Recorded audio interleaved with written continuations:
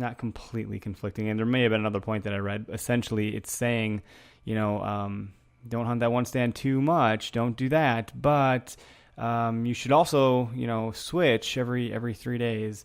Or make sure you give it 3 days before moving, at least 3 days before you move out of that spot. So kind of confusing, a little bit conflicting. Going back to the first article, it had mentioned that it's easy to get into routine and sit in the same stand, time after time, especially if it's produced in the past, which for me, I've had a lot of success with a particular spot. And I've been breaking out of that habit in the last 2 years, last two hunting seasons where I've been hunting new land. So, being a public land hunter, I guess that's one of the benefits is you get to be as mobile as you want, and that's kind of cool. So what else did they say in this thing? It was just very interesting. If I keep hunting this stand, I'm bound to cross paths with that buck at some point. The results of our research suggest the opposite. The more that a stand is hunted, the less likely deer are to pass within range of it. There are always exceptions to the rule, and big bucks get killed every year in heavily hunted areas, but our findings suggest that to improve your chances of encountering deer, avoid making yourself predictable. I like that line quite a bit. And then it concludes with, by hunting one of your favorite spots too often, you may be unintentionally affecting deer movement and behavior patterns in the area, leading to reduced chances of success. And then another article on the QDMA site talks about 10 things we know about mature buck movements. And it kind of belays this theme or this point that no matter what it is we think we know, or all the different things about pinch points and food plots and water and chasing does or whatever, bucks move most at dawn and dusk, period. Regardless of moon phase, bucks move most at dawn and dusk. Regardless of weather, bucks move most at dawn and dusk. So that is the most common theme with mature buck movement, is that is when they move. And with the pressure, it's only a matter of time before they start going nocturnal. So bow season is coming up rapidly. We are 10 days away, so it's going to be really awesome to get out there. And that first weekend, in fact, I'm hunting brand new land, so I'm extremely excited to be doing that. Far out of my comfort zone with that, as opposed to going to the same old, what used to be tried and true spot. So we'll go ahead and get into our next segment here. All right, our next segment is the tip of the week. And this week it's a DIY tip. And I feel like this is going to be an endless topic because there's always going to be something a hunter can do to do it yourself and make hunting easier, I guess. So this week's tip, I found a guy that made what he calls the Shadow Man to hunt your stand. And depending on how early you get your stands up, if you have the ability, if you're not on public land, if you're on private land, you can hang your stands early. So it's only so applicable, but it's a pretty creative idea. It's incredibly inexpensive to make.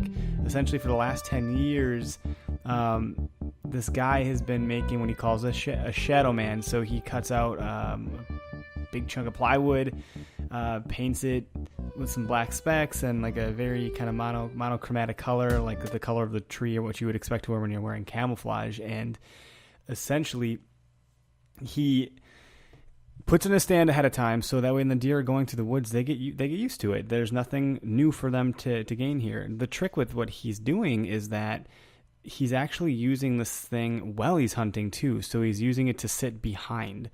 So it's this giant cutout of a silhouette of a man. Obviously it's not perfect. It's just like this big, kind of like a shooting target, I guess is how I would best describe it. And he had stated a couple different times, the guy's name is Jim. I'm not seeing his last name in here anywhere, so I apologize. But it's another QDMA article. He's been doing it for 10 years, a lot of success. So first of all, the bucks are going through the woods, the deer are going through the woods, and they're getting used to this thing. They're not expecting to see anything change after some time. So once he is in the stand, it's not even that he takes it away. He keeps it there, hides behind it. So when he needs to draw back or do something, it's cloaking his movement all the way to the point where he can do get to full draw and look from behind this thing and get his tag filled. It's pretty interesting. So that's our DIY tip of the week. I'm going to try to do one of these every stinking week so that way we can kind of find new and exciting, interesting ways to be, improving our hunt or make it easier or, nothing life-changing or anything like that. But again, a pretty cool idea. Again, this guy's calling it the Shadow Man. And the name itself is pretty creative. If you want to look up the article, it's Deer Stand Tip, Let Shadow Man Hunt Your Stand. And it's found on QDMA's website, qdma.com/articles. In the article segment, you can find this thing. So a couple pictures with the guys, a lot of comments about it. It seems to be a fairly successful thing that other people have done too. So maybe you've already done this and you've had some success. And if not, give it a try. Let us know if it's something that worked out for you this season after the fact. Looking for a spot to hunt? Download the free Where to Hunt app for your smartphone today. Avoid hunters, see less people, see more deer. With the Where to Hunt app, you will know where other hunters are before you see them. Just search Where to Hunt from the App Store to download today.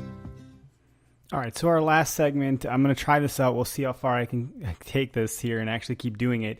But safety is super important when we're hunting, and I'm going to emphasize that on every episode, safety. But that said, there's some comedy involved in hunting. We all have our stories and things of that nature, but what's interesting is that the Wisconsin DNR, as well as a ton of other states, Department of Natural Resources, also posts annual incident reports or incident summary reports. And I came across some of these in a small debate about how safe hunting is in our fine state of Wisconsin.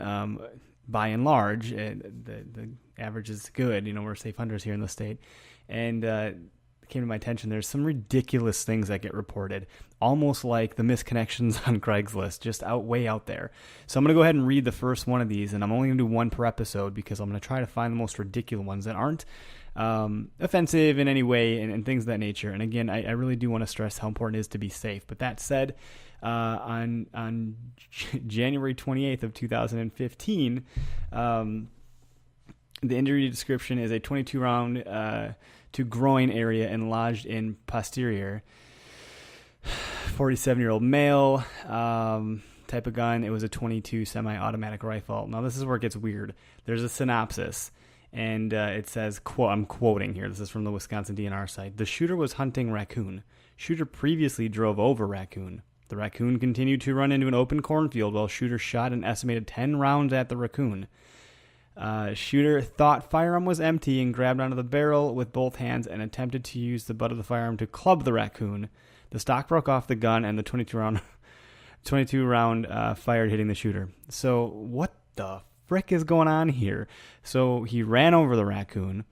So he was hunting a raccoon. He previously ran it over, and then it ran into a cornfield. So that was enough. This thing's like a zombie raccoon. It couldn't be killed when he ran it over. Then it takes off into a frickin' cornfield.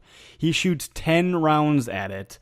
Likely an injured raccoon.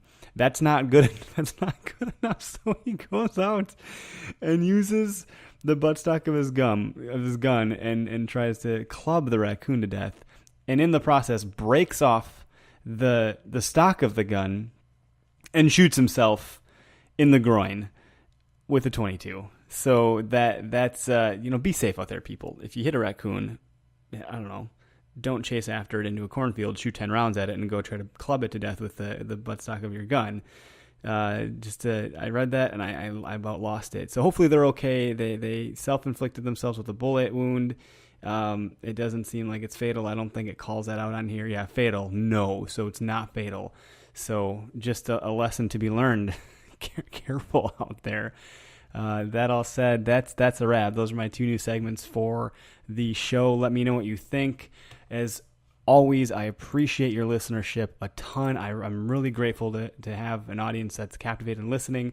A couple things. If you want to get a hold of me, if you have any ideas for the show, if you have stories to share, if you have comments or contradictions to things that I'm saying, or more, I'm welcoming your comments. You can send me an email at wheretohuntwi@gmail.com, and it's where, the number 2, the word hunt, the letters wi@gmail.com. You can always participate in a lot of our conversations on facebook.com/wheretohuntwisconsin, also Twitter, which is @W2Hunt. And we have a forum also on publiclandpride.com. So lots of ways to participate and get involved. Thank you for your listenership. If you like the show, if you have comments or feedback, go ahead and give us a rating and some feedback on iTunes. Greatly appreciated. Thanks so much, and have a great day. Hunt Public.